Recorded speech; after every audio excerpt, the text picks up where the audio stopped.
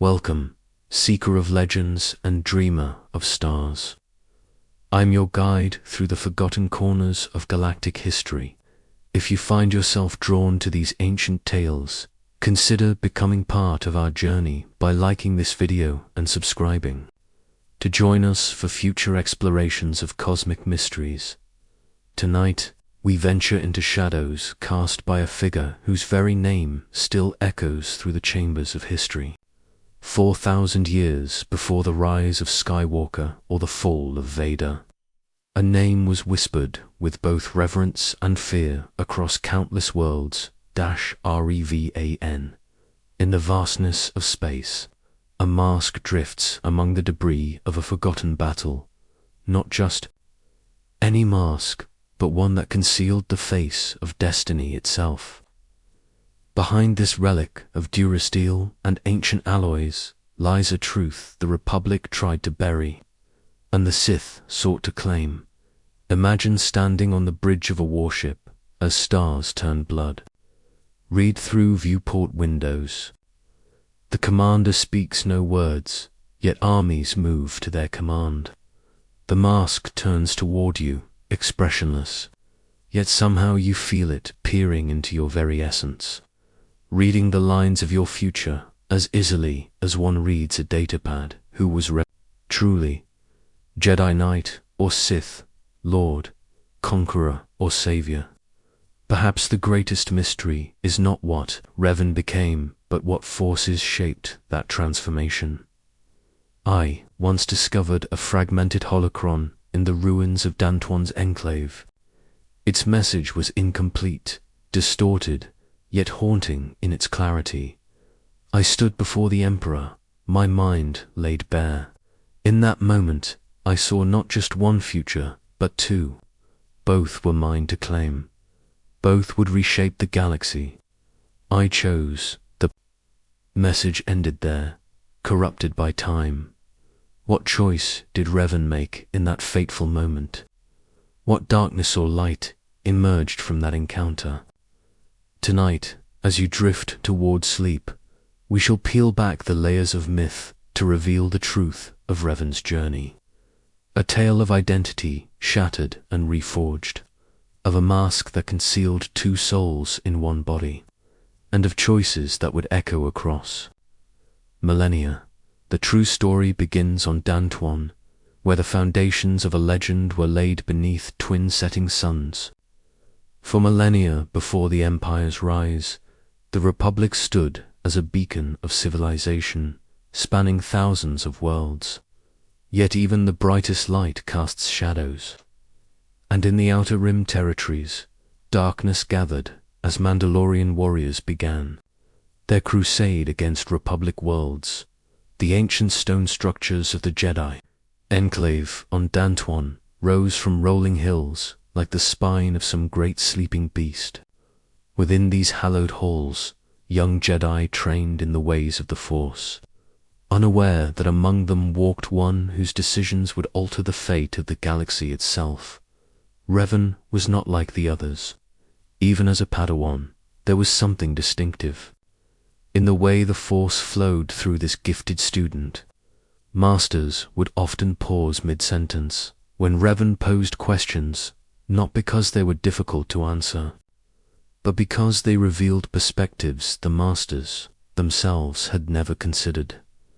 The morning air carried the scent of native blossoms as Revan sat cross-legged in the central courtyard, eyes closed in meditation, while other students practiced lightsaber forms. Nearby, the hum and flash of training sabers filling the space Revan remained perfectly still, connected to currents of the Force that few could perceive. Alec, a tall and powerfully built fellow Padawan who would one day take the name Malak, approached and sat beside his friend. "The Masters are gathering again," Alec said, his voice carrying an edge of frustration. Another discussion about whether to intervene in the Outer Rim conflicts. Revan's eyes opened, revealing a gaze that seemed to look through rather than at the world around them. "They will choose inaction," Revan replied, certainty in every word. They fear another war with the Sith so deeply, they cannot recognize a different threat when it stands before them. The stone beneath them seemed to pulse with ancient wisdom as both Padawans felt the weight of impending choices. The enclave had stood for centuries, its foundations deep in the living force of the planet. Yet for all its permanence, change was coming that not even these stones could withstand. In the archives later that day, illuminated by the soft blue glow of holographic star maps, Revan studied reports smuggled from the frontier's world after world falling to the Mandalorian advance. Civilians fleeing with tales of warriors in distinctive armor who fought not just for conquest, but for the glory of battle itself. The Jedi librarian, Master Atreides, observed from a distance, her white robes nearly luminous in the dim light. Knowledge without wisdom is a dangerous thing, Padawan Revan, she said, approaching with measured steps. The council advises patience for good reason. Revan looked up, meeting her gaze without deference. While we practice patience, innocents die. What wisdom justifies their sacrifice? Atreides did not answer immediately, studying the young Jedi with a mixture of concern and admiration. You speak of matters beyond your understanding, she finally replied, though uncertainty tinged her words. Perhaps it is the council whose understanding is limited, Hevan responded, voice calm but resolute. That evening, beneath the vast canopy of stars, Revan stood on the enclave's uppermost observation platform with Alec and a small group of like-minded Jedi. The twin moons of Dantuan cast everything in silver light as Revan pointed toward the outer rim. Out there, the Republic burns while we debate philosophy, Revan said, voice carrying to each attentive listener. The Mandalorians are testing us, probing for weakness and finding it in abundance. A young Jedi named Metra Surik, whose connection to the Force manifested differently than most, stepped forward. The Masters say this conflict is not what it appears, that we must search for the truth behind it before acting. Revan turned, the moonlight illuminating features that would one day be hidden behind a mask. The truth is written in the devastation of worlds and the suffering of their people. If the council will not act, then we must. In the council chambers the following day, sunlight streamed through high windows as Revan stood before the assembled masters. The circular room amplified every word, every breath, as the young Jedi challenged tradition centuries old. The Republic has formally requested our aid, Revan stated, standing tall before the seated masters. How can we claim to be guardians of peace while refusing to defend those who need us most? Master Vrook, his face lined with age and concern, leaned forward. You speak of matters you do not fully comprehend, Padawan. There are currents in the Force surrounding this conflict that disturb us deeply. All the more reason to investigate directly, Revan countered. Send me to the frontier. Let me learn what truly drives the Mandalorians. The air in the chamber grew heavy with tension as the masters exchanged glances. Finally, Master Vander, small in stature but mighty in the Force, spoke in measured tones.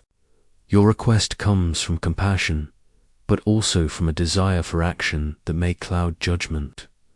We cannot sanction what you ask. As Revan departed the chamber, Alec waited in the corridor beyond, his expression one of expectation, replaced by understanding. They refused, he stated rather than asked. Revan nodded once, resolve hardening like kyber crystal forming in the depths of a sacred cave. They have made their choice, now we must make ours. That night, as most of the enclave slept, a small vessel departed without authorization, carrying Revan Alec. and several other Jedi toward the front lines of a conflict that would transform them all. As the ship rose through the atmosphere, Revan watched the peaceful world of Dantwan shrink below, unaware that when they next walked those grounds, it would be as someone altogether different. The journey that began in disobedience was the first step on a path that would lead through glory and darkness, redemption and tragedy toward a destiny that would echo through the ages. The Republic cruiser, Harbinger, moved through hyperspace, its passengers contemplating the momentous step they had taken. In the ship's meditation chamber, Revan sat surrounded by star charts and intelligence reports, absorbing every detail of the Mandalorian advance. The official reports understate the severity, Revan noted as Alec and Mitra studied the information. The Mandalorians aren't just conquering territory, they're testing military responses, analyzing tactics. This isn't random aggression. The subtle vibration of the ship's engines provided a constant reminder of their forward motion, both physical and metaphorical. They were crossing boundaries far more significant than mere sector borders.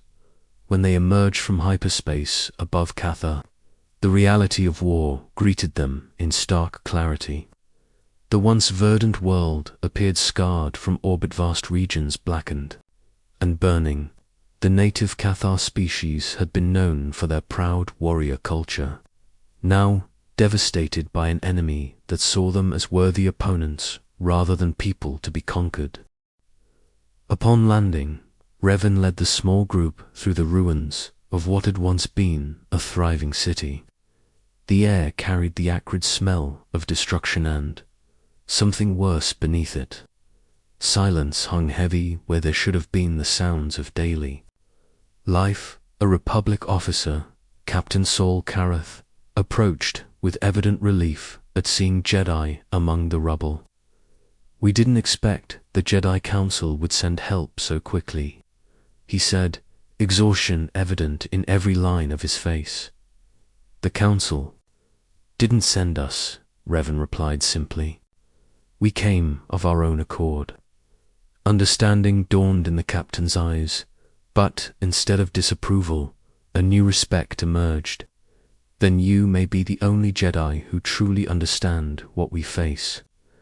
Karath led them to a makeshift command center, where holographic displays showed the systematic Mandalorian campaign across multiple sectors. As Revan studied the patterns, something became increasingly clear. "They're herding refugees towards specific worlds," Revan observed, tracing lines across the galactic map, creating chaos that divides Republic responses, and drawing out any Jedi who might intervene. Alec added the implications hanging heavy in the air. That night, as Republic soldiers worked to provide aid to survivors, Revan stood alone on a ridge overlooking the devastation. The wind carried ash and embers, swirling them round the solitary figure like manifestations of troubled thoughts. Mitra approached quietly, her presence in the Force a calm center amidst turmoil. "What are you sensing?" she asked, recognizing the distant look in Revan's eyes. "Purpose," came the reply. "The Mandalorians aren't fighting for territory or resources. They seek something else." Revan turned to face her. "They want to be tested against the best the Republic has to offer. And they're disappointed." When they returned to Republic space days later, they carried with them not just reports, but recordings and testimonies of atrocities and strategic brutality that could not be ignored. Revan began speaking not just to Jedi, but to Republic military leaders, senators, anyone who would listen. The word spread of a Jedi who had witnessed the frontier's fall firsthand, who spoke with clarity about the threat, while the Council remained distant in their temples. More Jedi came to hear Revan speak, drawn by conviction where confusion had reigned. In an amphitheater on Coruscant, Hundreds gathered as Revan stood before them, not just a dissenting Padawan, but a voice that commanded attention. The Republic stands at a crossroads, Revan began, voice carrying to every corner without need for amplification. Not just a test of our military might, but of our resolve.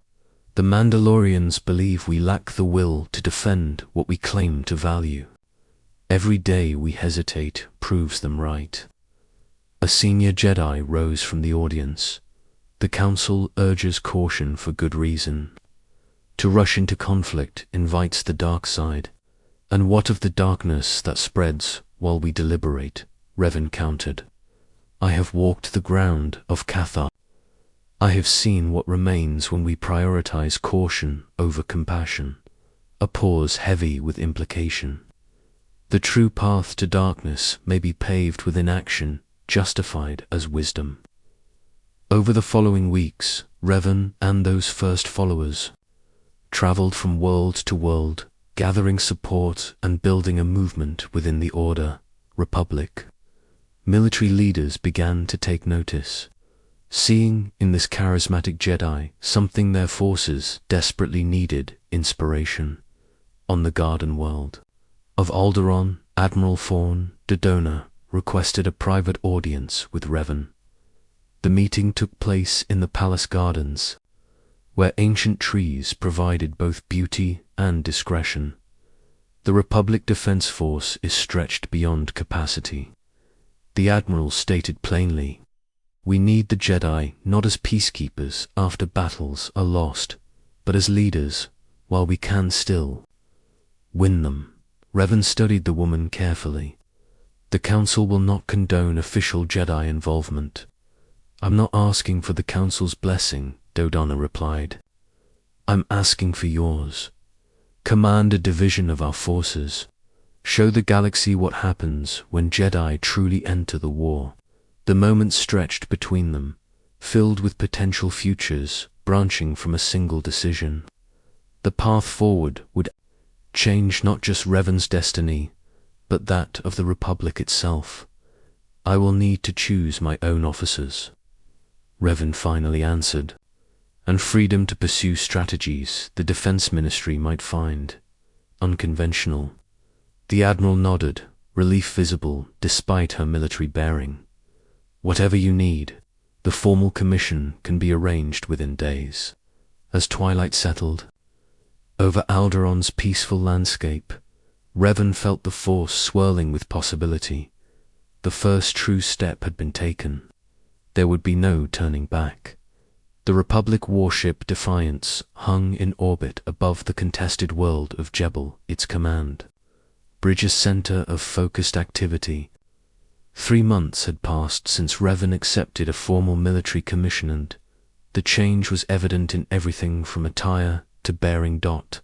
No longer dressed in traditional Jedi robes, Revan now wore the modified armor of a Republic commander lightsaber, still at the hip, but now accompanied by the tools of warfare. Mandalorian forces have established a primary base in the Northern Hemisphere, Lieutenant Bao reported, manipulating the tactical holodisplay. They've commandeered the planets. Mining operations. Revan studied the projection, noting the defensive arrangements with a practiced eye. Beside him, Alek, serving as his second-in-command, leaned forward with narrowed gaze. Their fortifications are excessive for a mining operation, Alek observed. They're protecting something more valuable, Revan added. Or waiting for something more dangerous. Prepare a ground assault team. I want to see what the Mandalorians find so important about this particular world. The battle for Jebel unfolded with the precision that was already becoming Revan's trademark. Republic forces struck not at the heavily defended primary facility, but at 3 seemingly minor outposts simultaneously. As Mandalorian reinforcements rushed to counter these diversions, Revan led a small strike team directly into the heart of their operation. Within the captured mining complex, evidence of the Mandalorians' true purpose emerged. Deep in the ancient tunnels, Revan's team discovered chambers that predated the mining operation by millennia. Their walls covered in writings no Republic archaeologist had catalogued. Revan approached the inscriptions, fingers hovering near but not touching the stone. The air felt charged, as if the very molecules vibrated with residual energy. "These aren't mining tunnels," Mitra said, her voice hushed in the ancient space. "They're searching for something." A sudden tremor ran through the Force, causing every Jedi present to tense. Revan turned slowly toward a sealed doorway at the chamber's far end, drawn by something beyond normal senses. "The Mandalorians breached this section recently," Revan stated, moving toward the doorway. "Whatever they found lies beyond." The sealed door required both Force techniques and conventional tools to open, revealing a chamber untouched for thousands of years. At its center stood a pedestal holding what appeared to be a fragment of an ancient star map, its partial holographic display flickering weakly after activation. "This technology," Alec whispered, "it's not Republic or Mandalorian, nor is it Rockaton," Revan added, circling the artifact. "Something older, perhaps. Something hidden intentionally from historical record." When Republic forces secured the planet hours later, the star map fragment had been carefully removed for study. In the privacy of the command ships secured, Research Bay, Revan examined the artifact with growing fascination. The partial map showed stellar configurations that matched no known navigational charts, pointing toward regions of space unmapped by Republic cartographers. Over the subsequent weeks, a pattern emerged. Across liberated worlds on Dizun, beneath the ruined temples of forgotten cultures, another fragment awaited. On Kashyyyk, hidden deep within the Shadowlands, where few dared to tread, another piece revealed itself. Each fragment uncovered another section of a map, leading into unknown space, and each had been a target of Mandalorian excavation. The war itself began to shift under Revan's leadership. Republic forces moved from defensive postures to strategic counterattacks. The Revanists, as Revan's Jedi followers came to be known, grew in number despite the Council's continued disapproval. Victory followed victory, though each came at costs that weighed heavily. In a rare moment of respite aboard the flagship, Revan stood before a viewport, watching the hyperspace corridor streak past. Reflected in the transparestial, a face showing signs of both determination and fatigue. Mitra entered quietly, placing a datapad on the nearby console. "The Council has sent another message condemning our actions," she reported. "They claim we risk falling to the dark side through our involvement in the war." Revan did not turn from the viewport. "Have they sent similar warnings to the Mandalorians dying while they meditate on proper Jedi conduct?" "There's something else," Mitra continued, her tone causing Revan to finally turn. "The intelligence team completed their analysis of communication patterns across Mandalorian command channels. They've confirmed your suspicion. Their attacks are too coordinated, too precise. Someone is guiding them," Revan concluded. "Someone with knowledge of Republic defense, protocols, and Jedi response patterns." The implications hung between them, unspoken but clear. Either a traitor existed within the Republic, or an outside force possessed intimate knowledge of their systems. Neither possibility offered comfort. On Duro, the war's reality struck with brutal clarity.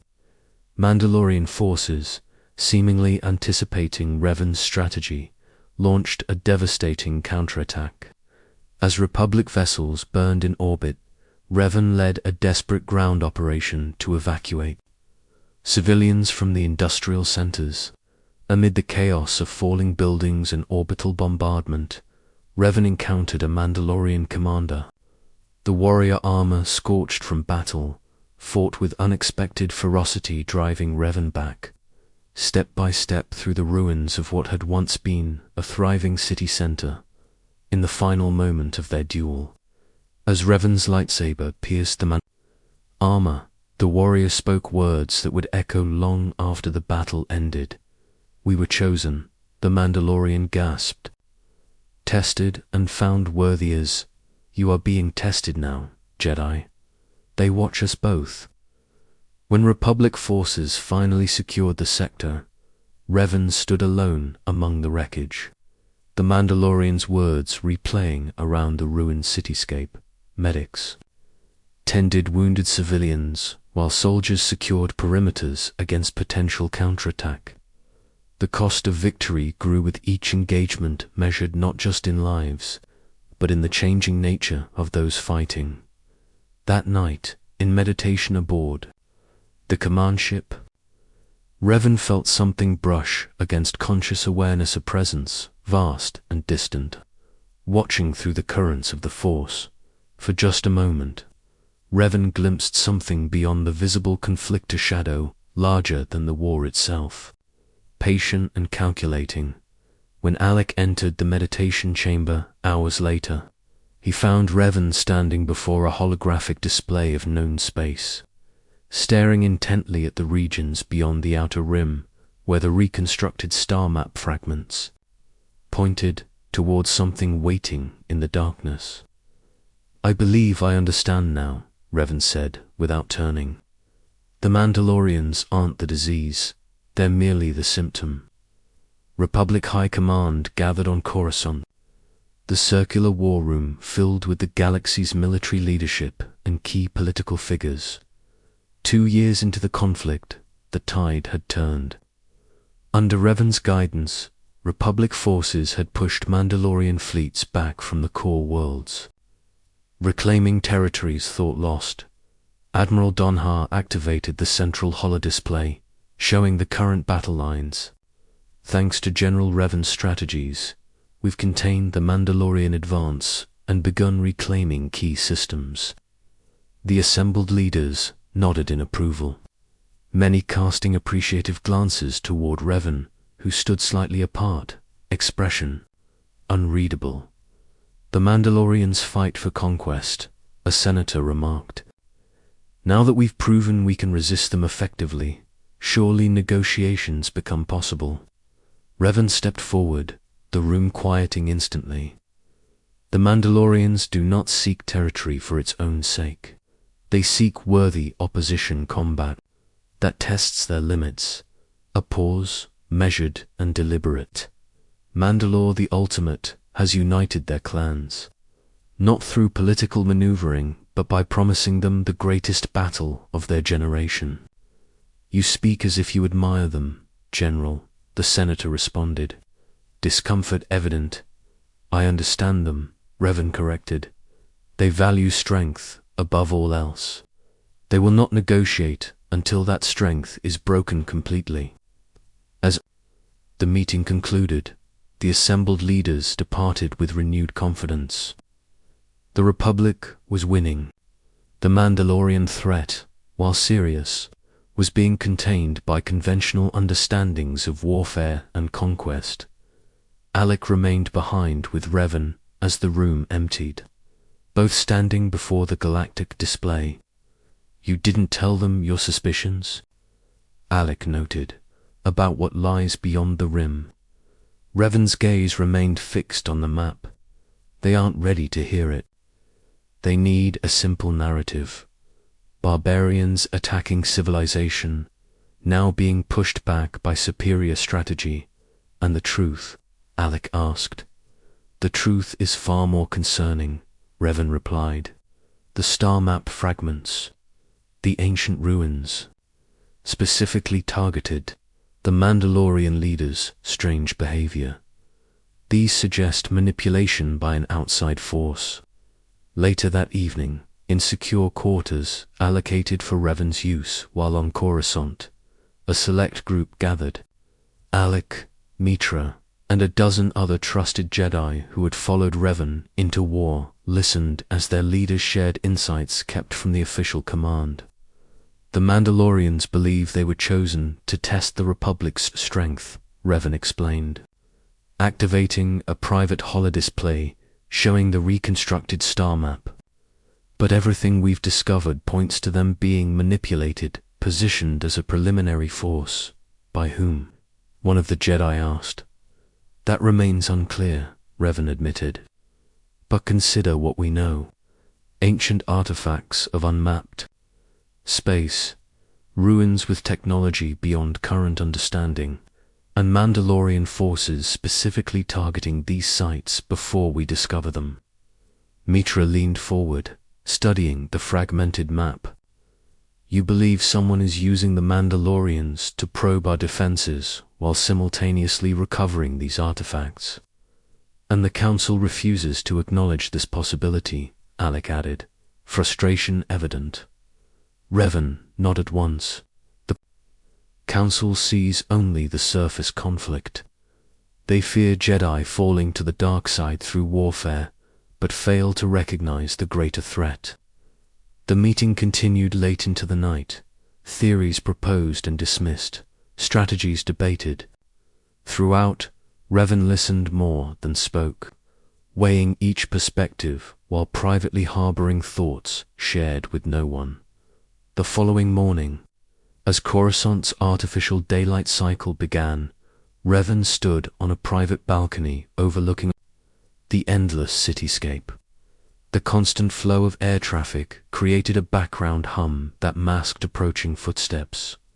Your absence from the council chamber was noted, Master Kava said, joining Revan at the balcony's edge. My presence would change nothing, Revan replied without turning. The council made their position clear long ago. Kava, one of the few council members who maintained contact with the Revanist, studied his former student with a mixture of pride and concern. You've become something we did not anticipate, the master acknowledged. A symbol, too. The Republic, a military leader of unprecedented skill. He paused, and something increasingly distant from the Jedi you were trained to be. Revan finally turned, meeting the master's gaze directly. Perhaps what the Order needs is not more Jedi, as they have always been, but Jedi willing to adapt to threats as they truly exist. Be careful of pride, Revan Kava warned gently. It precedes many falls. As does complacency, Revan countered. The conversation lingered, unresolved, as Republic military officials arrived bringing reports of Mandalorian movements that required immediate attention. As Kavar departed, his troubled expression went unnoticed by Revan, already deep in tactical analysis. Days later, aboard the flagship once more, Revan stood before a newly crafted masket's design inspired by Mandalorian armor recovered from the ruins on Cathar. The metal gleamed in the low light of the private chamber, its surface etched with symbols whose meaning few would recognize. Alec entered without announcement, their friendship transcending formality. He paused at the sight of the mask, understanding its significance without explanation. You intend to become the symbol completely, he stated rather than asked. The Republic needs more than a general, Revan responded, lifting the mask. It needs a figure that transcends individual identity, something the Mandalorians will recognize and respect even as they fear it.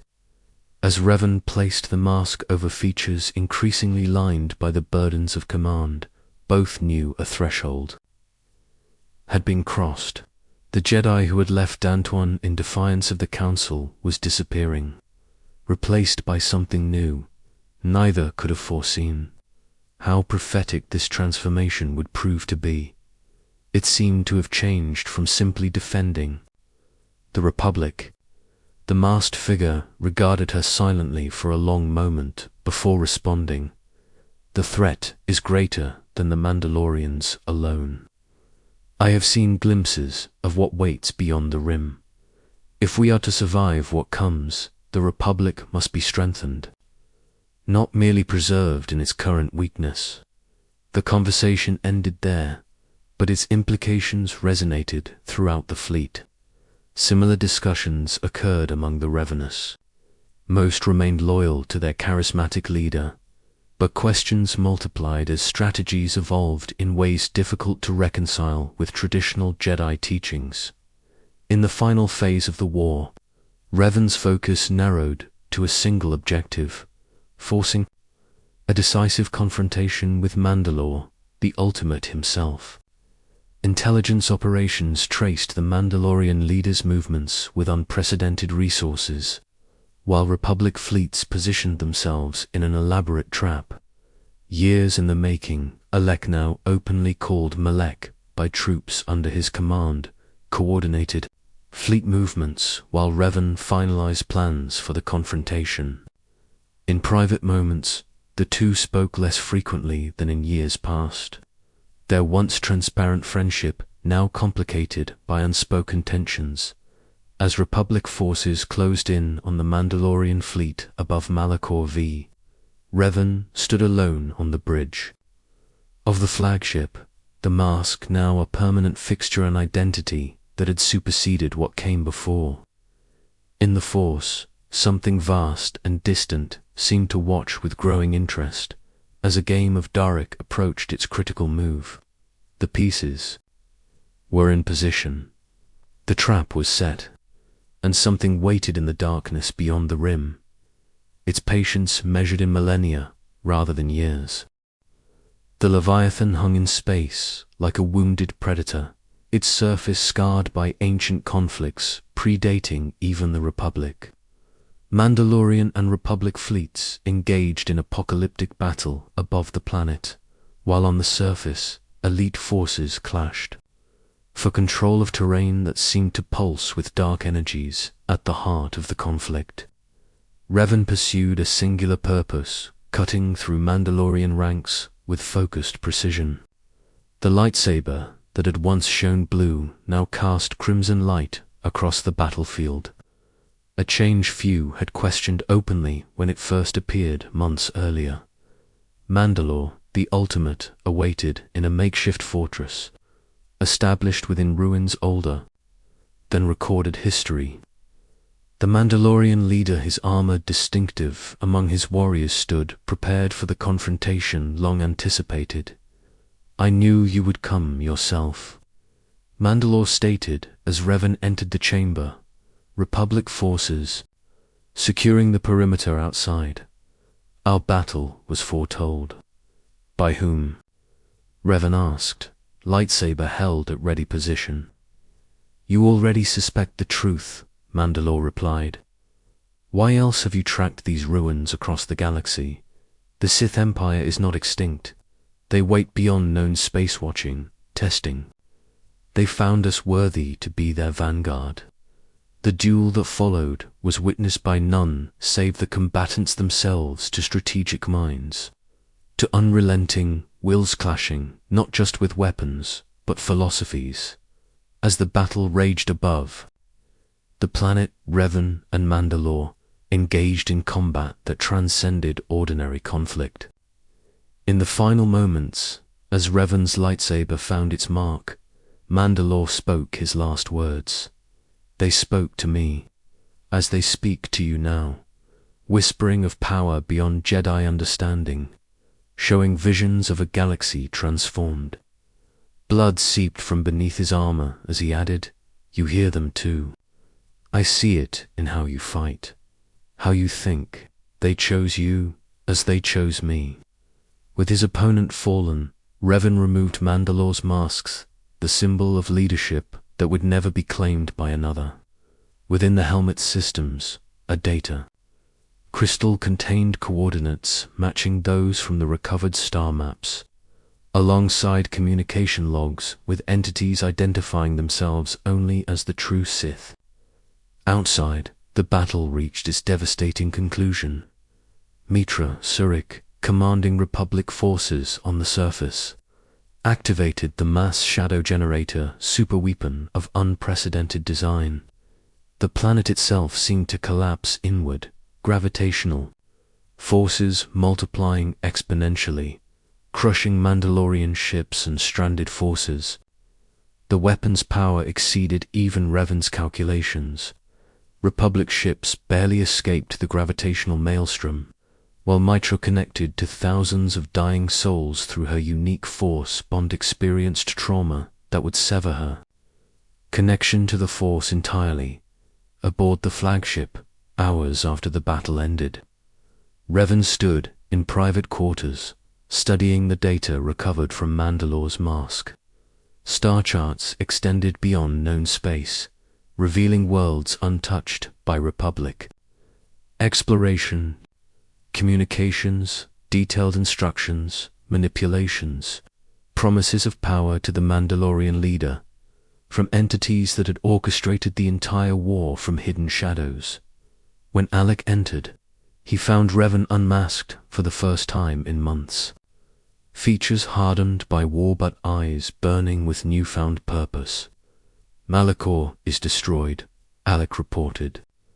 The Mandalorian forces have surrendered or scattered without leadership. The Republic celebrates victory. He paused, studying his commander closely. Yet you seem troubled by success. This was never about defeating Revan replied, activating a holographic display of the coordinates from Mandalore's data crystal. They were pawns in a larger game. The true enemy waits here beyond the outer rim. An empire of Sith who never fell, who have been watching Republic and Jedi alike, assessing our strengths and weaknesses. Alec approached the display, expression grave. The Council will never believe this. They barely acknowledged the Mandalorian threat until we were halfway to victory. The Council's approval is irrelevant, Revan stated. Decision already formed. We will take the most loyal ships and followers. We will investigate this threat directly while the Republic rebuilds. And if we find this Sith Empire is real, Revan's expression hardened further, then we will do what the Jedi were formed to do. We will oppose the Sith by any means necessary. In the days that followed, carefully selected Republic vessels were reassigned under the direct command of Revan's most trusted officers. Publicly, these forces were tasked with hunting down remaining Mandalorian resistance. Privately, preparations were made for an expedition beyond charted space. On the medical frigate Harbinger, Mitra Surik lay unconscious, her connection to the Force violently severed by the trauma of Malachor. Revan stood by her bedside, sensing the void where her powerful presence had once resonated. Will she recover? Revan asked the attending medical droid. Physically, yes, the droid responded. Her other condition remains outside standard diagnostic parameters. Jedi healers have been requested. Revan placed a hand gently on Mitra's forehead. She felt them all die. Every Republic soldier, every Mandalorian warrior caught in the weapon's activation, their pain, their fear, their final moments. A rare moment of visible emotion crossed Revan's features. She bears the wound that should be distributed among all of us who gave the order. Before departing, Revan left instructions for Mitra's care, along with a sealed message to be delivered upon her awakening. Some connections, even in Warren, too deep to sever completely. The night before the expedition's departure, Revan stood on the observation deck of the flagship now renamed Leviathan. The stars beyond the viewport seemed to hold new significance, each potentially harboring threats undreamed of by the complacent Republic. Alec joined silently, standing shoulder to shoulder with his commander and friend. For a moment, something of their old companionship returned as they contemplated the journey ahead. The Republic sees us as heroes, Alec noted. They build statues while knowing nothing of what we truly face. Let them have their celebration, Revan replied. Soon enough, They will need strength for what comes. As the task force prepared to depart, Revan replaced the mask. Its significance evolved from mere symbol to integral identity. Whatever had begun on Dantwan years before was complete. Whatever waited beyond the rim would face not a Jedi bound by ancient restrictions, but something new, forged in war, tempered by revelation, and ready for what the Jedi would not see coming. The Senate's cooperation is preferable but not essential, Revan replied. What matters is creating the capacity to resist what approaches. In the ship's modified training chambers, Jedi who had followed Revan through the Mandalorian wars now studied techniques preserved in Sith holograms. The distinction between light and dark side applications began to blur, as pragmatism replaced orthodox doctrine. Alec now openly referred to as Malakava saw much of this training. His appearance had continued to evolve, cybernetic enhancements, replacing injury with mechanical efficiency. The idealistic Jedi who had once left Dantwan years earlier was now unrecognizable in this imposing figure. Some questioned the wisdom of adapting Sith techniques. Malak reported during a private meeting with Revan. They fear corruption or loss of purpose. Fear itself is the greater danger, Revan responded. The Jedi Council's fear prevented them from defending the Republic.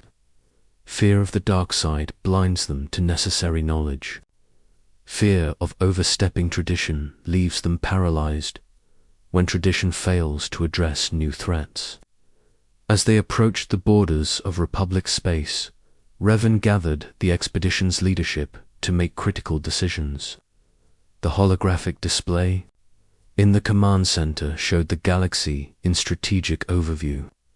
Regions highlighted according to military, industrial, and political significance. Our return cannot be as conquering heroes or confused explorers, Revan stated. We must emerge with clear purpose and immediate impact. The first phases must secure key assets before resistance organizes.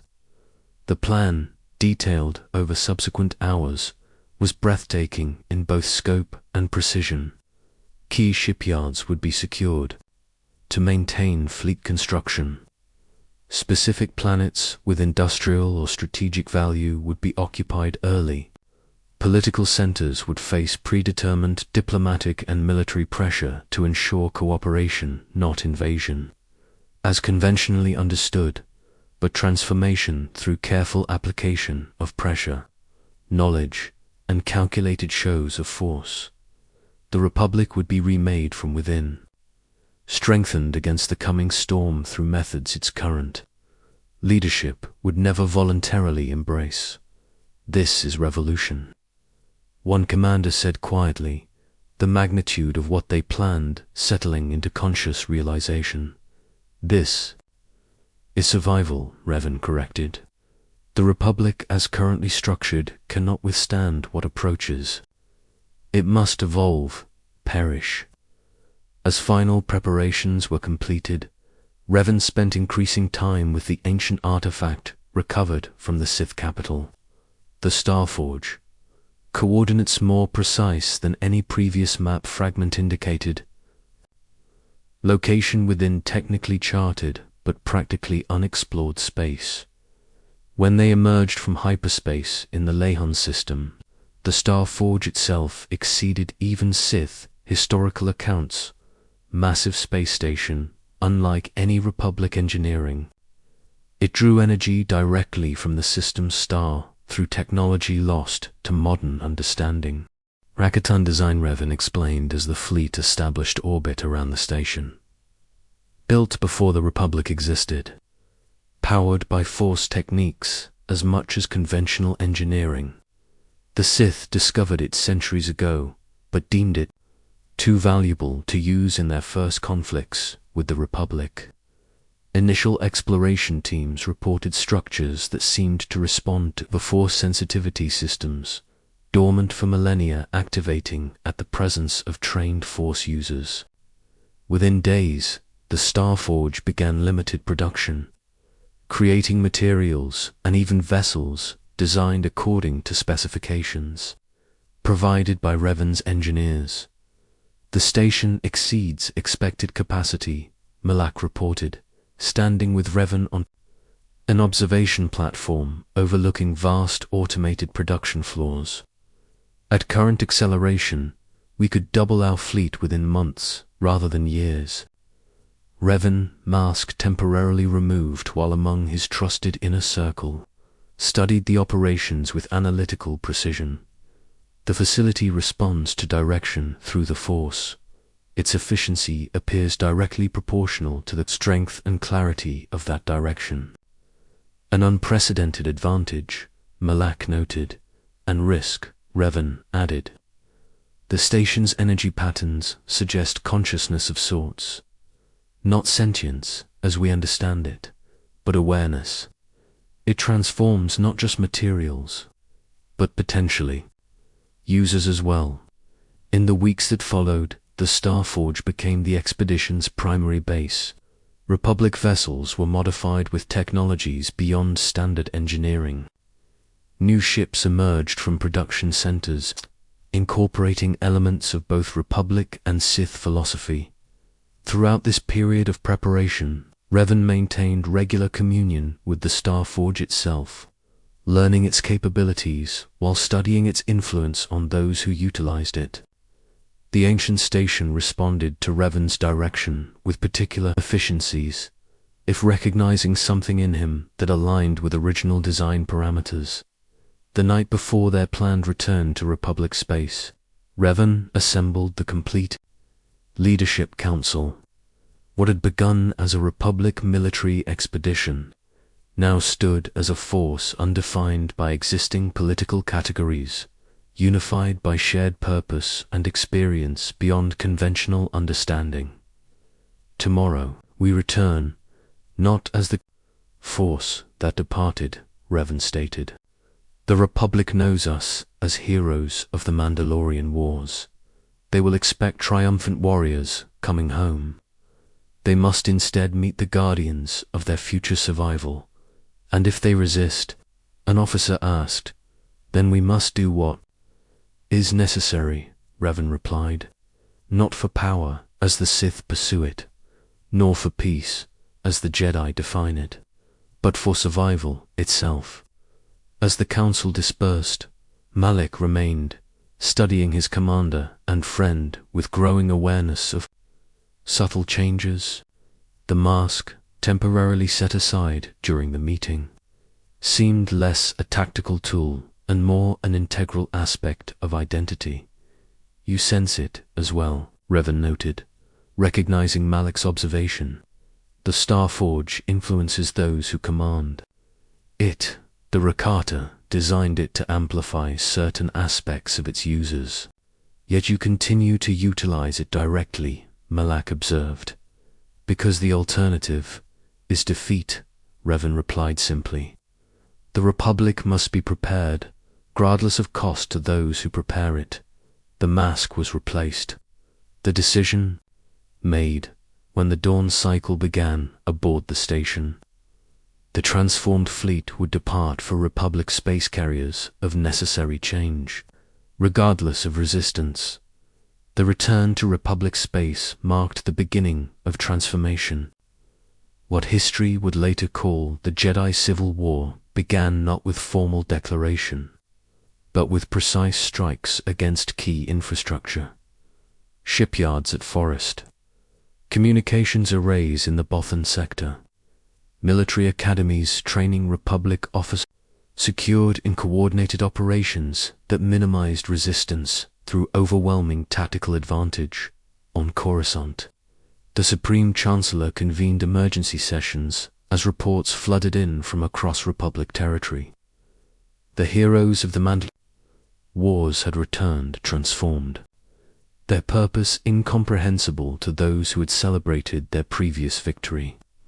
Revan and Malak have declared themselves Sith Lords, Admiral Dodona reported to the assembled Senate, former respect for Revan evident in her troubled expression.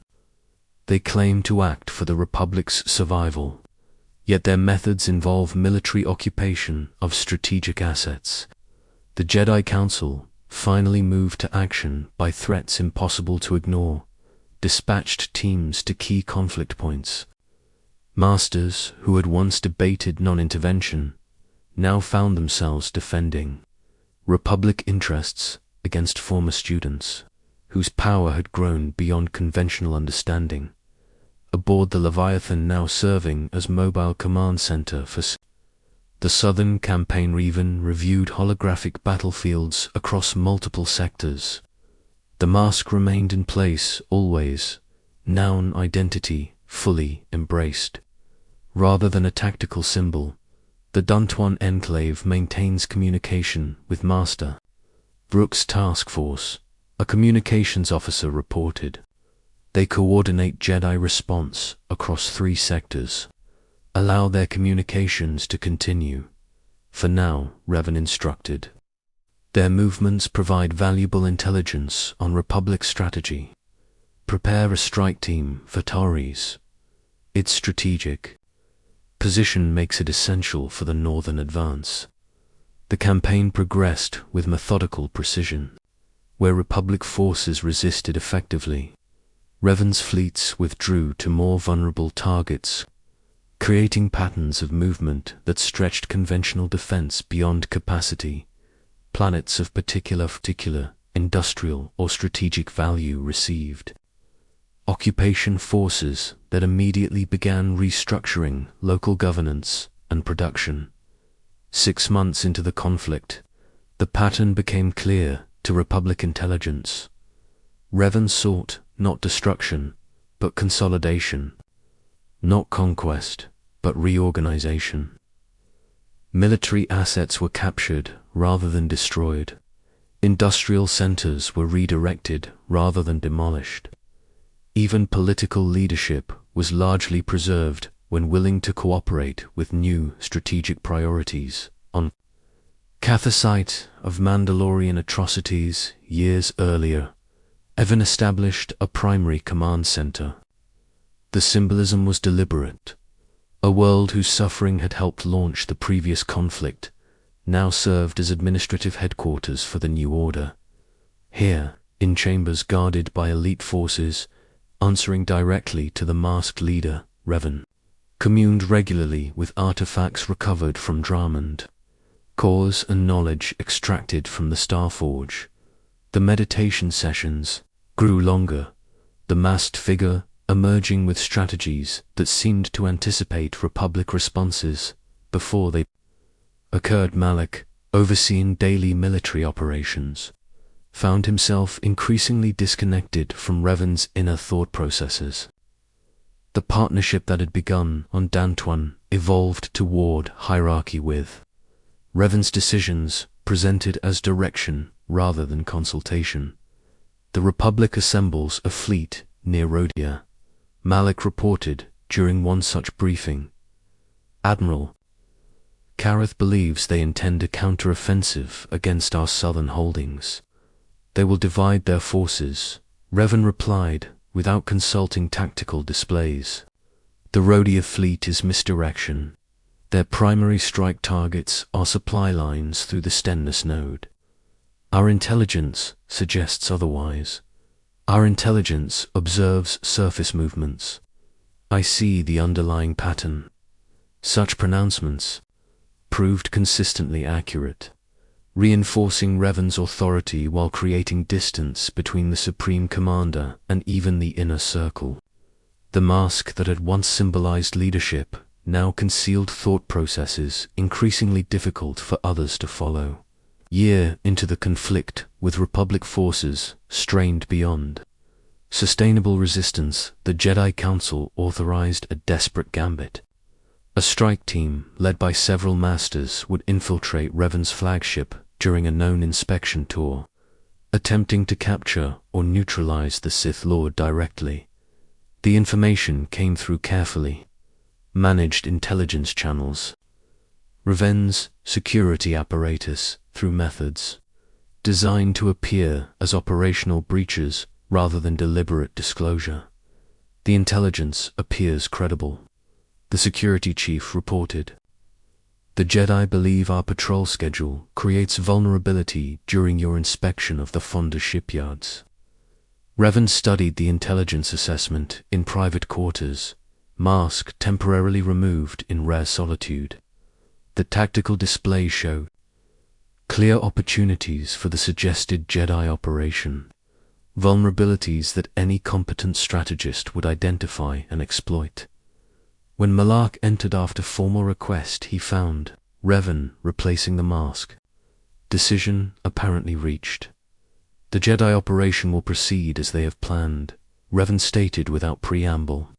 Security measures will be visibly maintained, but positioned to allow their boarding party access to the command deck.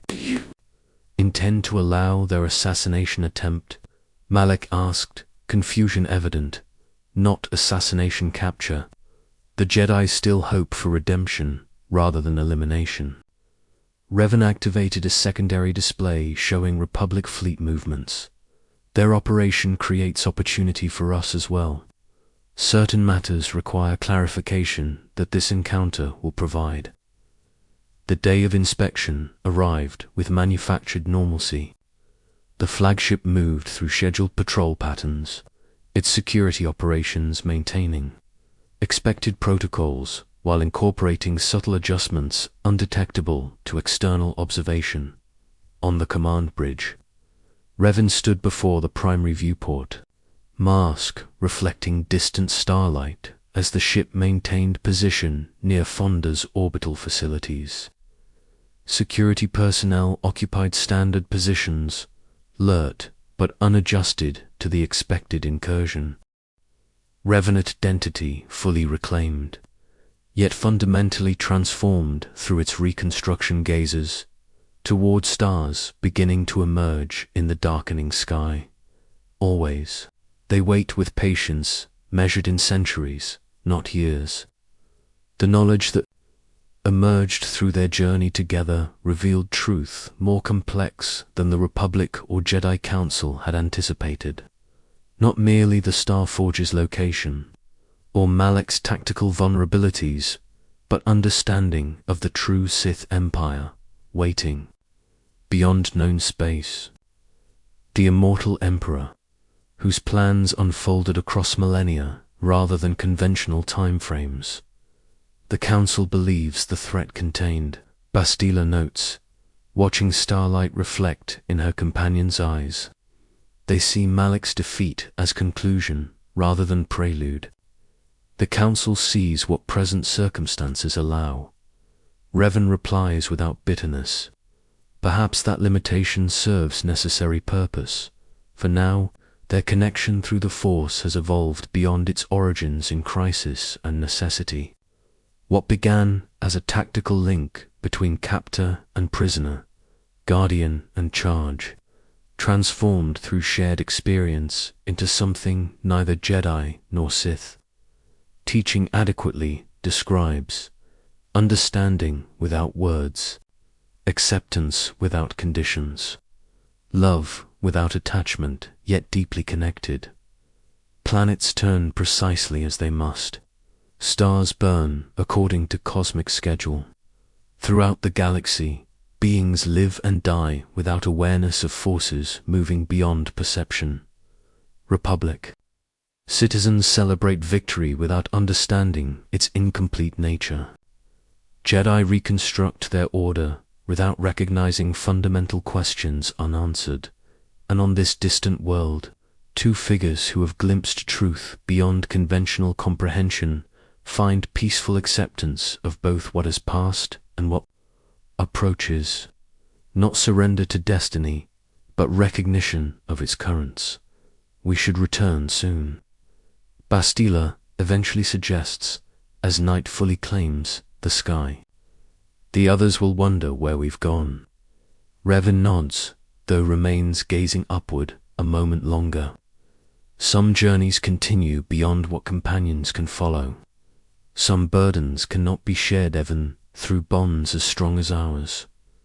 The statement carries no melodrama, simply recognition of cosmic pattern partially glimpsed during communion with knowledge, both Jedi and Sith.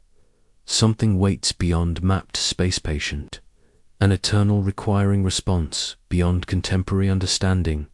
They walk together toward a simple dwelling where their companions wait, their path illuminated by starlight from systems whose names they alone among living beings might recognize. Their steps match unconsciously physical echo of deeper synchronization. Tomorrow brings decisions. Tomorrow brings renewed purpose. Tomorrow brings continuation of cosmic pattern, barely comprehended by even the most sensitive minds. Tonight brings peaceful acceptance, connection without demand, understanding without complete comprehension, a quiet between moments of cosmic significance. And should you find yourself awake still, gentle listener, know that some legends never truly end. They merely pause between chapters, waiting for the right moment to continue their whispered truths across galaxies and generations. Sleep now, knowing that somewhere among the countless stars above, the legacy of Revan continues its eternal vigilance, guardian against shadows most will never perceive, protector of light most will never fully appreciate. The mask that once concealed identity now rests as simple artifact, while the spirit behind it watches over us all. When ship sensors detected the approaching Jedi vessel, registered as a routine supply transport, no additional alerts were triggered. When security cameras tracked robed figures moving through service corridors toward the bridge, automated systems noted their presence without initiating countermeasures. The Jedi strike team led by Bastila Shan, whose battle meditation had proven one of the few effective counters to Revan's strategies, breached the bridge precisely as their intelligence suggested they could. Republic commandos secured access points, while Jedi moved directly toward the masked figure still facing the viewport. Revan turned, unhurriedly, to face them, lightsaber remaining unignited at his side. The Council finally takes direct action, he said. One might almost respect their decisiveness, were it not so belated. In the name of the Galactic Republic and the Jedi Order, Bastila declared her own lightsaber activated, but held in defensive position. You are ordered to surrender and return to Coruscant for judgment. Judgment implies authority, Revan replied. The Council forfeited authority when they abandoned the Republic to the Mandalorian. They forfeit it now by failing to recognize the greater threat approaching. What happened next occurred too rapidly for most observers to fully process. Malik, monitoring from a separate vessel, received fragmented reports of explosions, lightsaber combat, and force powers manifesting with unprecedented intensity. The flagship's bridge cameras failed simultaneously, leaving only external observation of turbolaser impacts against the command tower. When communication was restored hours later, the flagship was secured under Admiral Kareth's command. The Jedi strike team had departed with casualties, and Revan was reported missing, with evidence suggesting incapacitation or death during the engagement. Standing in his private quarters aboard the secondary command vessel, Malak received this intelligence with an expression unreadable beneath his own partial cybernetic mask. The implications required careful consideration. Opportunities and responsibilities had suddenly shifted by unexpected developments. The fleet awaits direction, his adjutant reported. Admiral Kareth requests confirmation of command transfer protocols. Malik studied the tactical display where Revan's flagship appeared as a damaged but functional asset, its iconic commander no longer present after long consideration. He activated the communication system, informed the fleet that command has transferred Immediately, he instructed, all ongoing operations continue according to established parameters. Strategic adjustments will follow after full assessment. As the adjutant departed to relay these instructions, Malak stood alone with thoughts concealed from all observers. The apprentice had expected to succeed the master, eventually though, through different circumstances than these. Unexpected developments had provided the opportunity. The war's purpose originally conceptualized by Revan as necessary preparation for external threat now passed into new implementation. Under leadership with evolving perspectives on methods and priorities, and somewhere in unknown space, the Sith Emperor observed these developments with patient calculation, pieces moving across the board exactly as ancient contingency had anticipated. The memories remain, though access requires careful approach to avoid triggering full recollection. Elsewhere in the galaxy, the war continued under Malak's direction, where Revan had employed precision and strategic necessity. Malak embraced methods defined by overwhelming force. Planets that might have been secured through targeted pressure now faced orbital bombardment. Political centers that could have been persuaded now confronted ultimatums backed by demonstrations of devastating capability. The Republic, initially driven to a desperate defensive posture by Revan's campaign, found unexpected opportunity. In the transition of leadership, Malak's brutality unified resistance that might otherwise have fragmented through strategic isolation. Worlds that had considered accommodation under Revan's more measured approach now committed fully to Republic defense gains. Malak's obvious destructive intent. Aboard the Star Forge, now serving as Malak's primary command center, the new Dark Lord directed the war through methods reflecting his evolved perspective. The space station responded to his command with reduced efficiency compared to Revan's tenure, yet still produced military assets beyond Republic manufacturing capability. Lord Malak, Admiral Karath, reporting the observation platform where his commander watched automated production lines below. Our forces have secured the Yavin perimeter as directed. The Republic fleet withdrew rather than engage directly. Malak nodded, the gesture mechanical, due to the cybernetic replacement of his jaw, lost during a lightsaber duel in the war's early phase. And Bastila Shan, our intelligence suggested she would be with the Republic defenders. No confirmation of her presence. Sources indicate she remains assigned to a special project under direct council oversight. This information provoked a visible reaction. Despite Malak's usual controlled demeanor, increase intelligence resources dedicated to locating her. The Council protects something significant through her assignment. Months passed as the war evolved under new leadership. The Republic, initially driven to the brink of collapse by Revan's precise campaign, found resilience through unified resistance against Malak's more transparent aggression. Jedi who had once considered defection to Revan's cause recommitted to the Order. When confronted by Malak's embrace of traditional Sith methodology on Dantwan, the patient finally awakened to full consciousness, emerging into an identity constructed through careful force, technique, and conventional psychological intervention. The being who had been Revan now responded to a new name, believed a new personal history, and understood their purpose as a Republic soldier assigned to special service under Jedi oversight.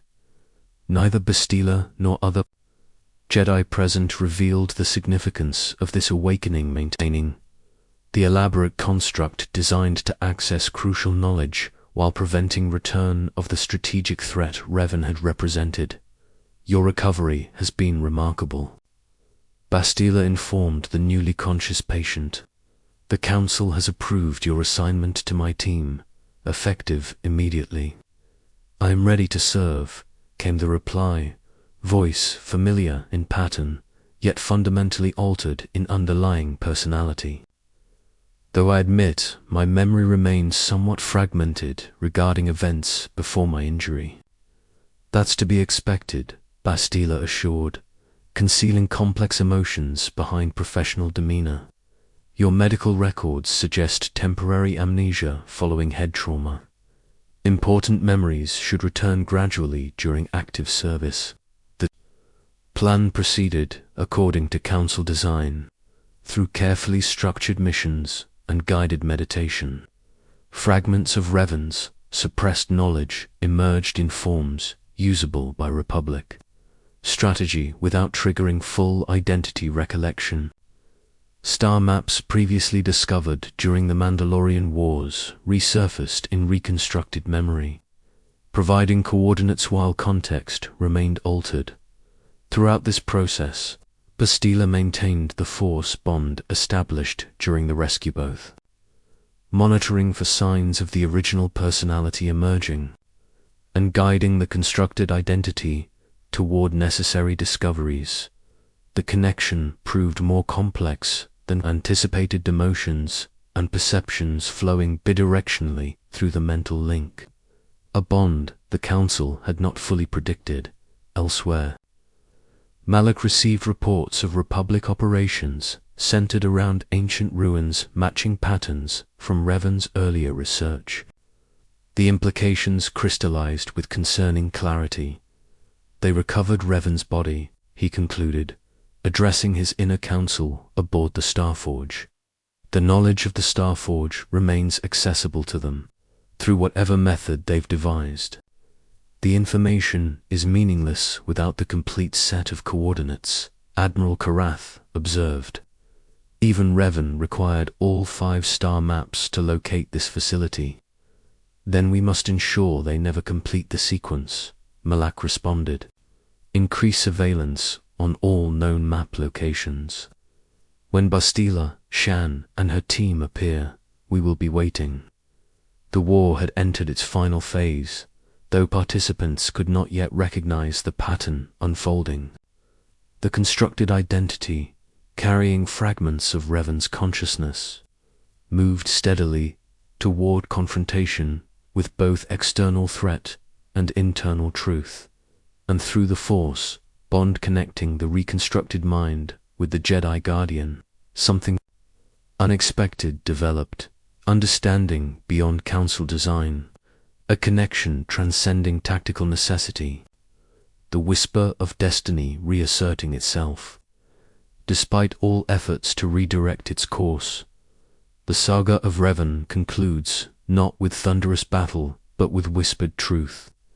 After confrontation between reconstructed identity and original purpose, after the Starforge's destruction and Malak's defeat, after Republic celebration and Jedi cleansings, the quiet epilogue that few historical records preserve. Imagine now the gentle curve of a distant world named in official archives where 2 figures stand, watching twin suns descend toward the horizon. One wears simple robes, neither Jedi brown nor Sith black, but something uniquely personal. The other stands close enough, their shoulders occasionally touch, a connection transcending physical proximity. Do you still hear them? Bastila asks, her voice carrying no judgment, only concern wrapped in affection. The whispers from beyond the rim,